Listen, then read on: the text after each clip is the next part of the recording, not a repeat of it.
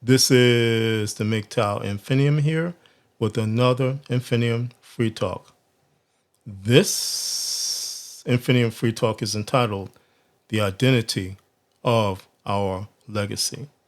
My brothers, I would like to first thank Active Varsity MGTOW for allowing me to use one of his topics from his content as a consideration for this content. If you haven't done so already, please sub to his channel because he is an excellent source of wisdom as well as insight regarding the MGTOW philosophy. As well, his channel serves as a unique view into the country of Australia.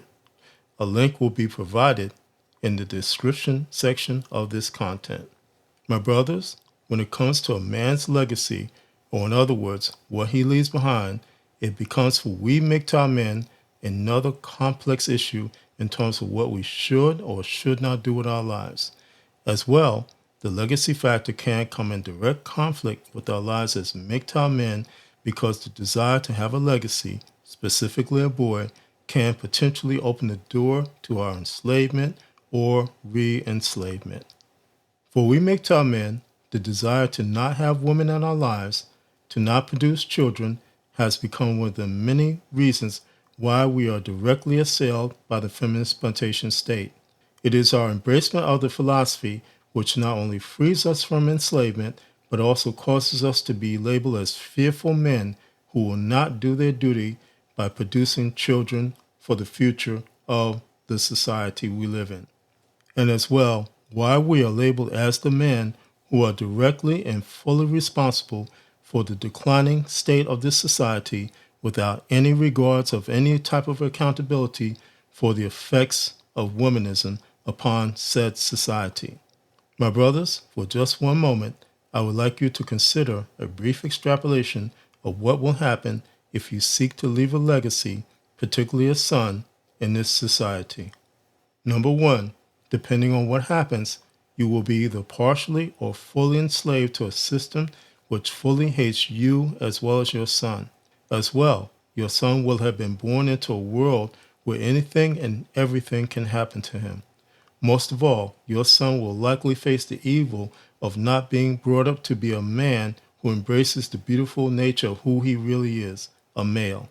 Number two, you will not have full control over your son, even if you are a single parent who takes every step in the world to raise your son in the right way. This is because the feminist plantation state is fully in control of every aspect of the society we live in. Thus, there is a very real threat of a scenario like this happening to you. Your young boy being suddenly taken away from you by CPS because he does not have the proper vaccinations required for him to attend school.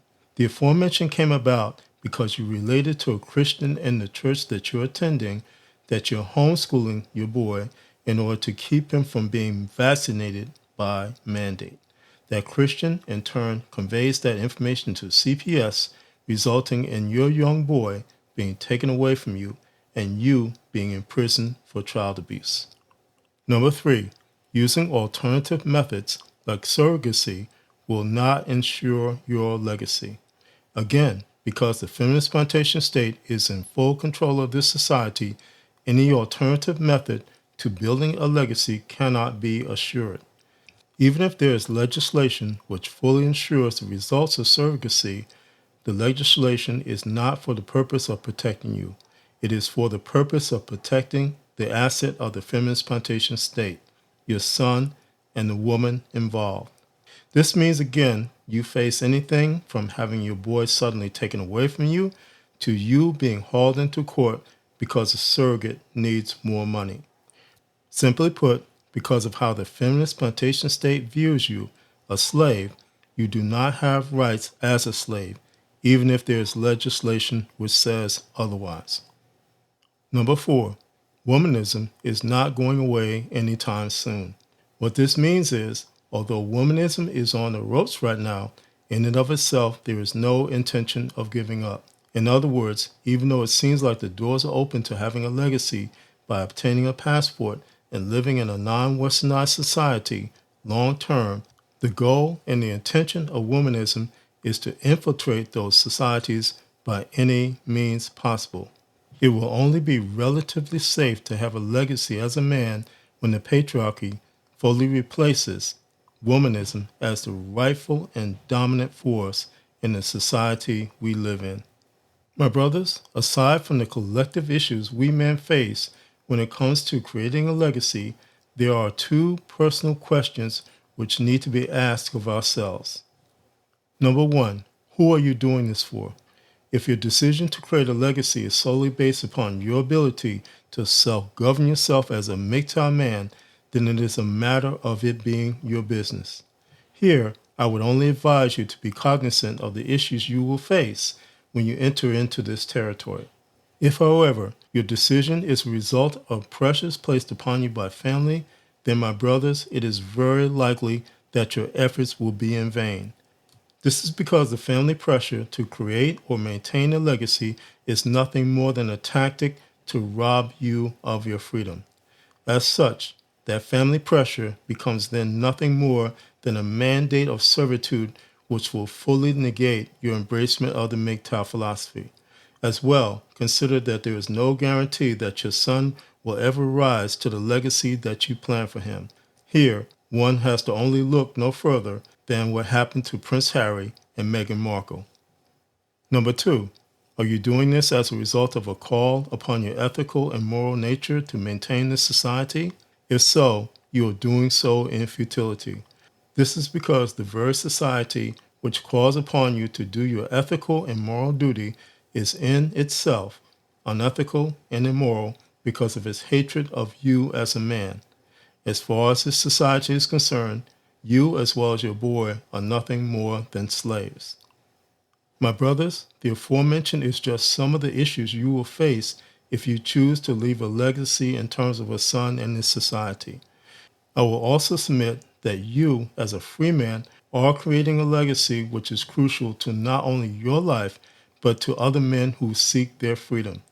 Also consider that by you living in freedom may be the legacy which causes another man to bring about fundamental change for all men because he understands the right of a man to be free.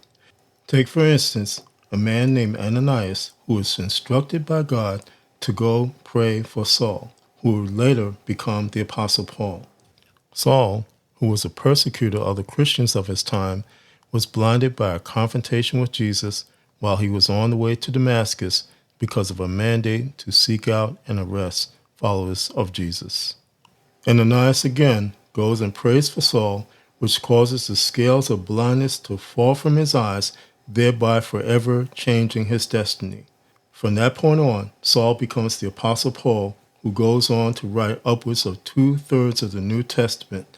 I will submit here that although there is no further mention of this Ananias in the Bible, nevertheless, his powerful legacy of faith and obedience to God resulted in the Apostle Paul becoming who he was. My brothers, this is why I constantly urge MGTOW men to consider and understand the profound nature of your freedom as men, because by you living as free men, your legacy as free men becomes crucial to those men who are not free.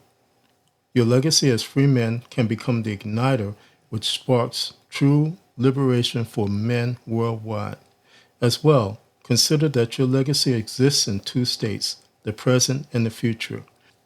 The aforementioned is why we MGTOW men must walk circumspectly along the MGTOW path, because we men who are free are not only presenting a living legacy of freedom for those men who are currently not free, we are laying the foundation of freedom as a powerful reminder for those men who follow after us.